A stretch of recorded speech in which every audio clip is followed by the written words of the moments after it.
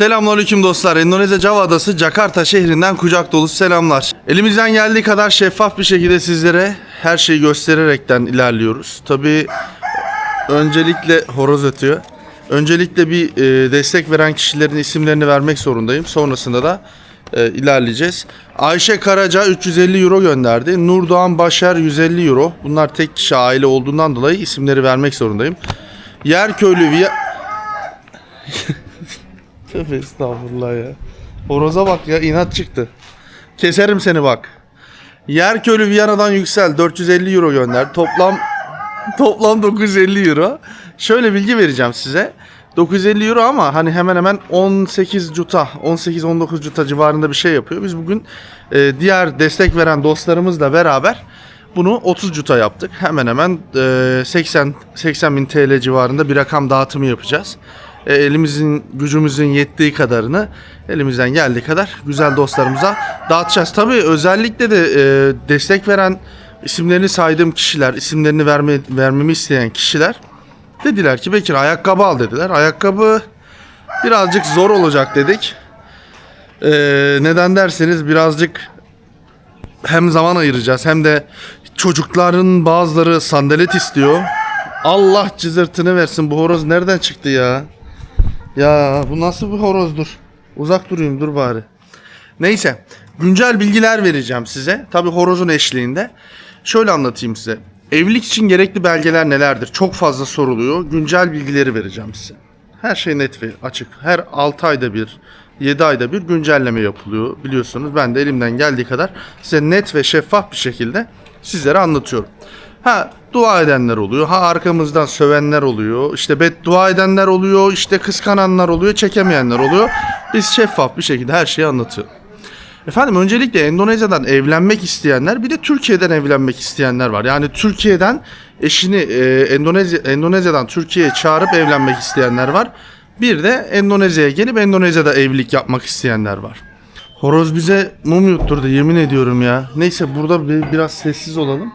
Şimdi eş adayınızı Endonezya'ya geldiğiniz zaman nasıl Türkiye'ye götürebilirsiniz? Nasıl evlilik yapabilirsiniz? Gerekli prosedürler nelerdir? Evlilik için gerekli evraklar nelerdir? İşte ben Endonezya'ya geleceğim, evleneceğim. Bekir dostum, seni takip ediyoruz, videolarını izliyoruz. Tek başıma yapacağım. Nasıl olacak bu işler derseniz hepsini anlatacağız. Biz videolarda diyoruz ki siz de yapabilirsiniz. Siz de işte gidip kendinizle, eşinizle düzgün bir şekilde konuşup anlaşaraktan, eğer güvenilir bir yerse anlaşıp ilerleyebilirsiniz diyoruz. Devamlı söylediğimizin, lafımızın arkasındayız. Şimdi de diyoruz ki gerekli belgeler nelerdir? Evlilik için gerekli belgeler: 1. E-Devlet'ten hepsini çıkartabilirsiniz. Nüfus kayıt örneği. 2. Doğum kayıt örneği. 3. Evlenip boşandıysan boşanma belgen. 4. İkametgah belgen. 5. Özellikle de arka fonu mavi, vesikalık, fotoğraf düzgün çekilmiş olacak. Bir dakika. Ta nereye geldim? İnanır mısınız? Yer değiştirmekten her yerde bir ses, bir sıkıntı, problem çıkıyor. Neyse, tekrar anlatıyorum. Endonezya'ya evlilik için geleceksiniz. Ne gerekiyor? Nüfus kayıt örneği. E-Devlet'ten hepsini çıkartabilirsiniz. İkametgah belgen. Boşanmışsan boşanma belgen. Doğum kayıt örneğin. En son mezun olduğun okulun diploması. Özellikle bunlar çok isteniyor. TC kimliğin, pasaportun. Bu istenilen belgeler, bu şu ana kadar söylediğim belgelerin hepsini Endonezya diline noter tasdikli çevirtirip eş adayınıza PDF olarak göndereceksiniz. Sonrasında vekalet vereceğiniz kişi olabilir ya da geldiğinizde de siz de alabilirsiniz. Türk Büyükelçiliğinden randevu alarak, konsolosluk.gov.tr'den randevu alarak evlilik izin belgesi, ÇNAY belgesini talep edeceksiniz. Tabii bu evlendikten sonra tekrardan randevu almanızı gerektiriyor. Yeni çıkan bir prosedür bu. Daha öncesinde yoktu. Evlilik tescil için direkt gidiyordun, tescil işlemine başlıyordun. Şimdi randevu çıkmış. Randevu yapacaksınız. Konsolosluk.gov.tr'den evlilik tescili için randevu yapacaksınız. Unutmayın, bunu da köşeye yazın. Evlilik evraklarını gönderdiniz, çevrili bir şekilde, noter tasdikli bir şekilde, apostilli bir şekilde. Eş adayınız sizin adınıza gitti, gerekli belgeleri evlendirme dairesi parantez içerisinde KUA Evlendirme Müdürlüğü'ne teslim etti. Ne olacak? 15 ya da 25 iş günü içerisinde bu işi teslim etmeniz gerekiyor. Yoksa maalesef prosedürler dijitalleştiğinden dolayı özellikle son 2 senedir 25 iş günü diyorlar. Hızlandırma olayları birazcık yattı. İstediğiniz kadar da paranız da olsa biraz problem yaşıyorsunuz. Ona göre dikkatli olmanızda fayda var. Peki dikkat etmem gereken kurallar, prosedürler nelerdir? 1. Acele etmeyeceksin. 2. Araştıracaksın. 3. Dikkatli bir şekilde hareket edeceksin. 4. Eğer bütçen varsa, paran varsa, rahat edeyim diyorsan destek alacaksın. Bu kadar basit. Devamlı söylüyoruz, videoları izleyerekten kendiniz de bilgi edinebilirsiniz. Devamlı söylüyoruz, biz kimseye yaş adayı bulmuyoruz. Lütfen bana bu konuda mesaj yazmayın. Devamlı söylüyoruz, kendiniz sosyal medya üzerinden bulacaksınız.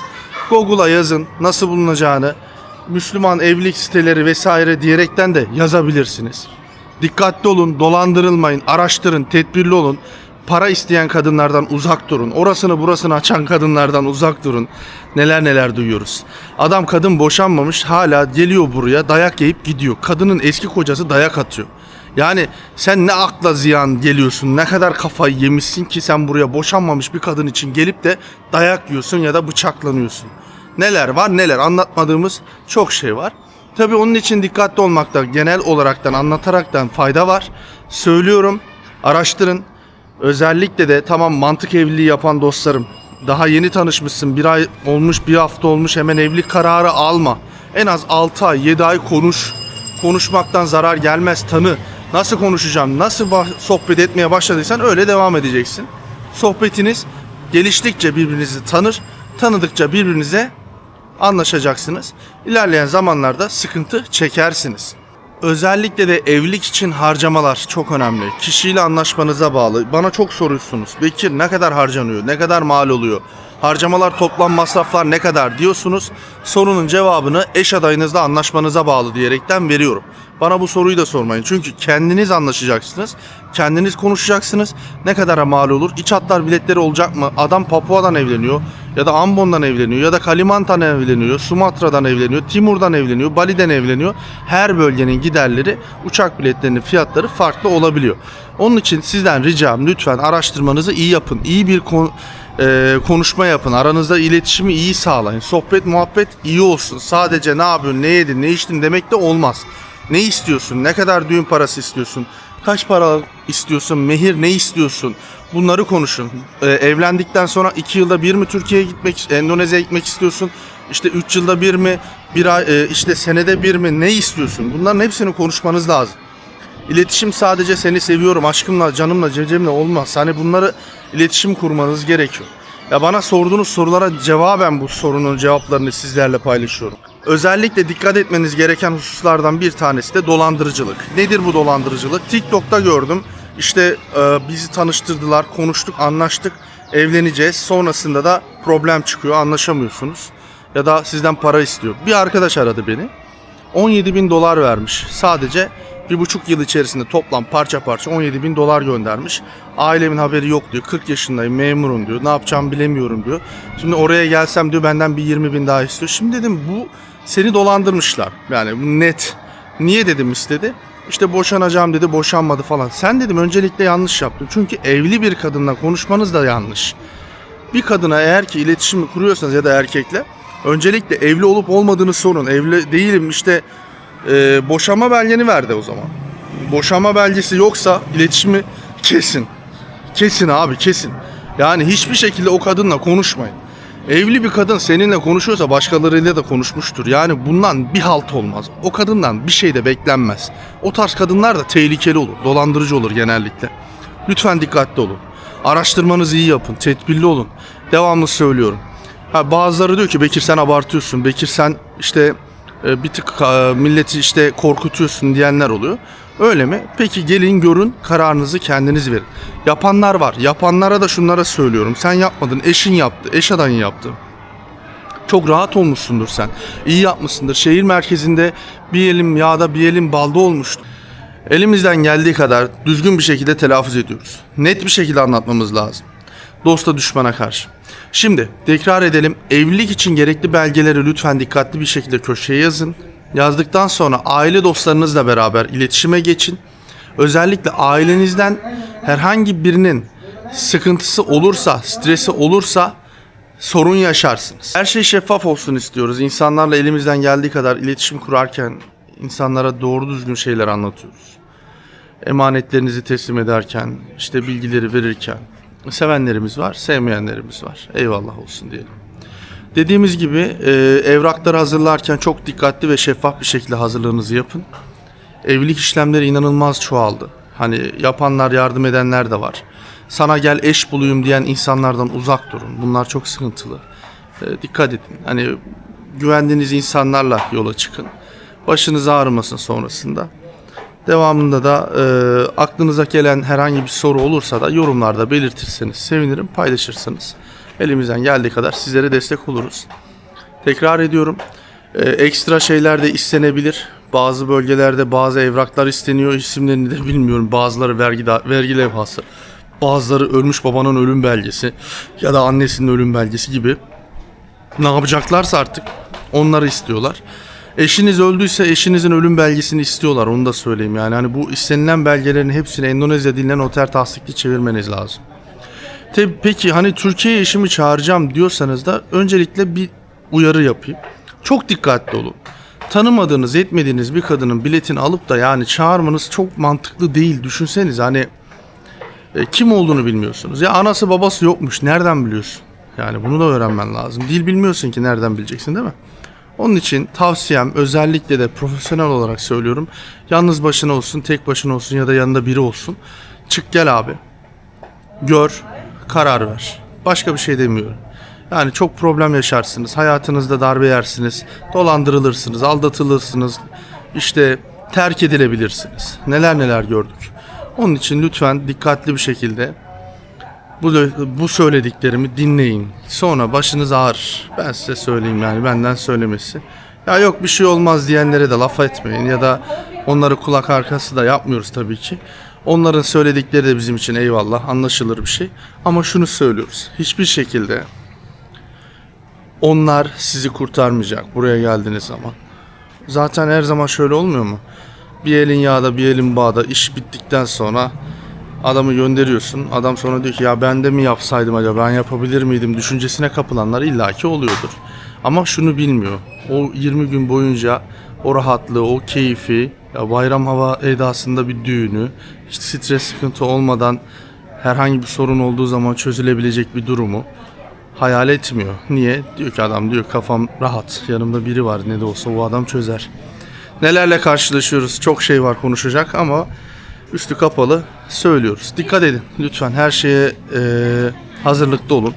Yabancı ülkedesiniz. İşte buranın sosyal aktivitelerinden tutun da kültür, gelenek, görenekleri, adaleti, hukuku, kuralları, işte efendime söyleyeyim adliyesi, hastanesi, her şeyi farklı. Yani Endonezya, bir çocuk aradı beni. Çocuk diyorum, gerçekten de 20 yaşında. Beni aradı, annesiyle görüştürdü. Dedi ki ya dedi Bekir abi dedi, ben dedi Kalimantan'ın dedi bilmem ne şehrinde yaşayacağım. Daha önce hiç yurt dışına çıktın mı dedim. Hayır. Daha önce hiç Endonezya'ya geldim mi? Hayır. Ne konuşuyorsun? Ya işte dedi çevir üzerinden konuşuyoruz. Kızla nasıl anlaştınız? İşte Endonezya'da yaşayacağız. Direkt gelir gelmez. Dedim güzel kardeşim, önce bir gel. Gör. Ondan sonra temelli kalacaksan kal. Bir evliliğini yap. Al götür Türkiye'ye. Ailenle iletişim kurdur. Büyük ihtimalle ailesi de kontrol edilemez hale geldiğinden dolayı çocuğuna her şeye evet demişler. Yani belli konuşma tarzı, diksiyonu bildiğin, affedersin, nasıl derler, öyle artist konuşmasıydı. Pek de hoşuma gitmedi. O tarz adamlarla da zaten iletişime geçmiyorum. Fazla cevaplamadan kapatıyorum, açık konuşmak gerekirse. Hani söylesene lan tarzında, bu itham değil yani, anlatabiliyor muyum? Hani tanımadığınız, etmediğiniz, yaşça büyük olan bir insanla bu şekilde konuşmak ayıp. Bunu da söyleyeyim. Bu şekilde neler var neler anlatacağım daha size. Tabii aralıklarla böyle videolarda gelsin istiyorsanız yorumlarda belirtin. Çok sıkıntı olanlar var mı? Boşananlar var mı? Benim yardım ettiklerimin arasında da boşananlar var. Kendi başına yapanlardan daha çok şikayet geliyor. Özellikle de boşanan kişiler çok fazla.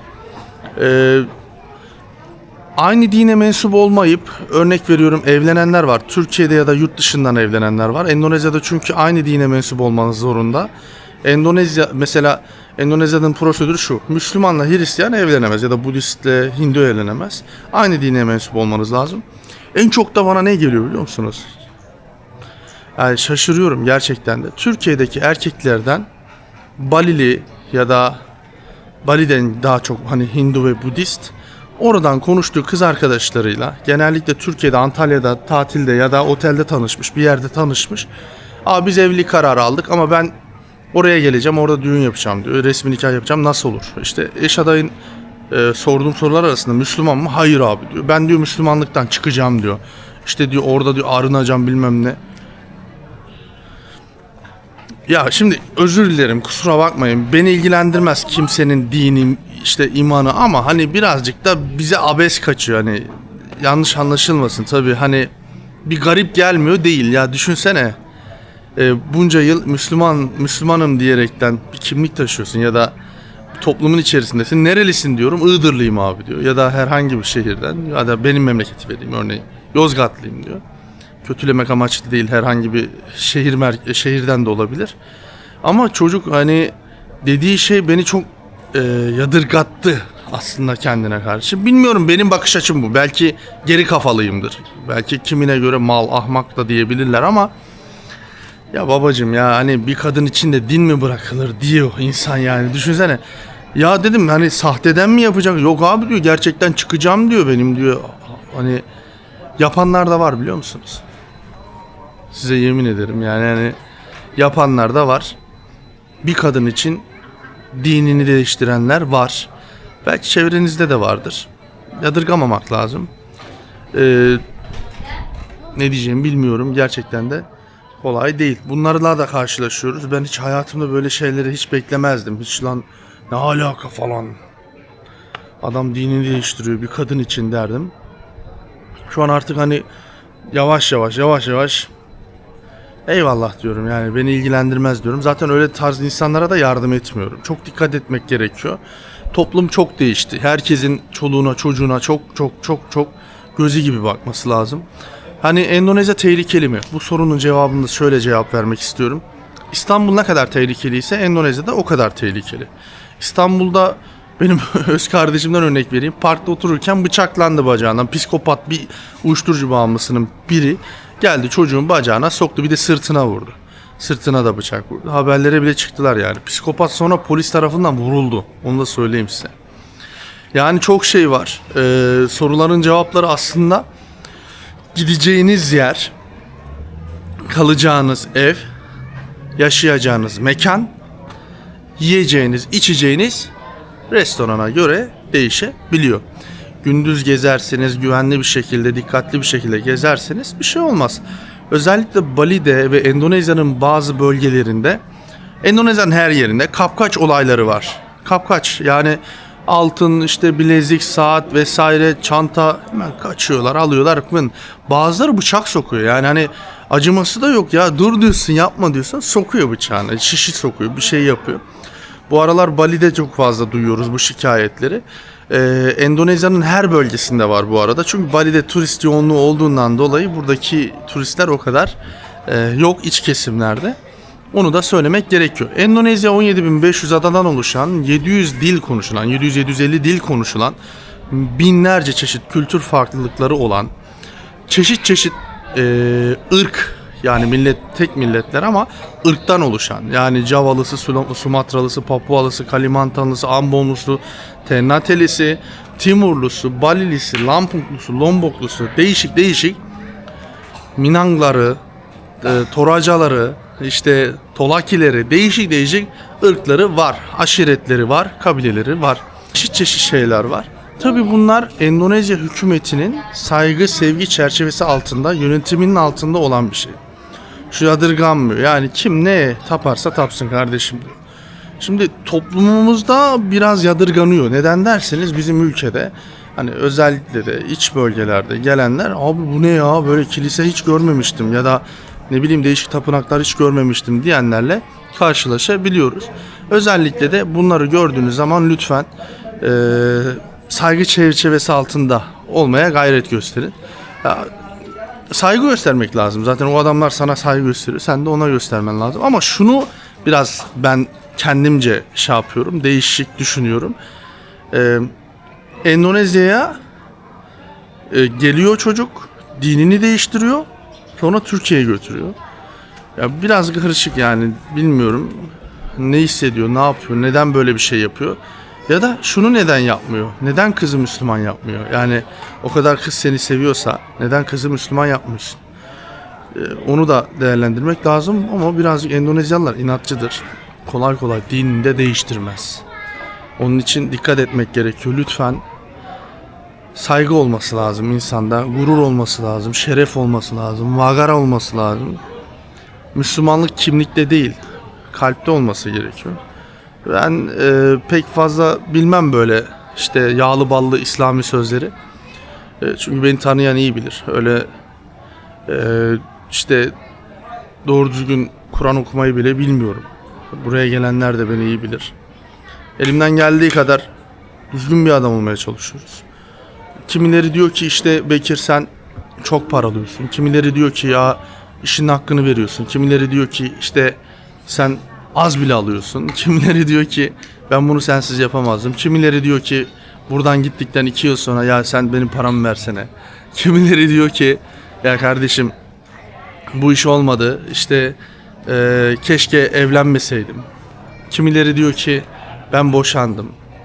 Mutlu olanlar da var. Topluma hitap ediyoruz. Topluma hizmet ediyoruz. 113 bin insan var sonuçta izleyen.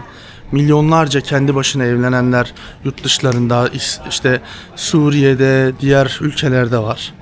Çeşit çeşit problemlerle uğraşan insanlar var. Benim demek istediğim şu dostlar. Herkes kendi kaderini kendi yaşar. Yanında götürdükleri de kafidir öldükten sonra. Kimseyle bir alıp veremediğimiz de yok. Herkesin yolu bahtı açık olsun. Elimizden geldiği kadar insanlara hizmet etmeye gönül adadık.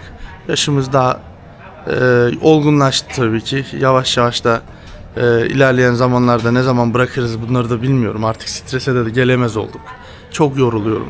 Gerçekten de insanlarla uğraşmak kolay değil. Uğraştıktan sonra da emeğinin karşılığını alıyorsun. Sonra işte bıdı bıdı fitne fesatla uğraşmak biraz insanın canını sıkıyor.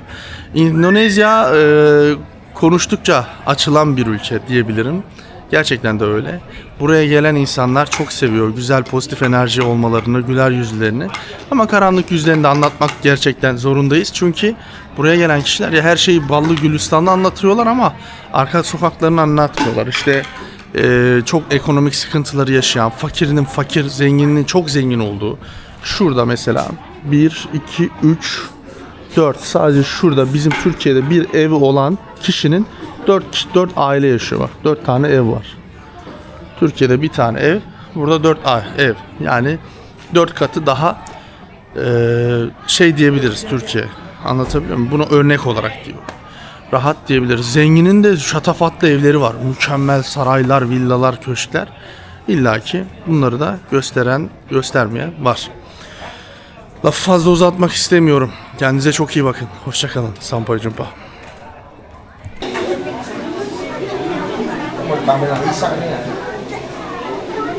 Okay. Apa sih itu atas? Suruh? Hukum. Hukum apa? Jelasan.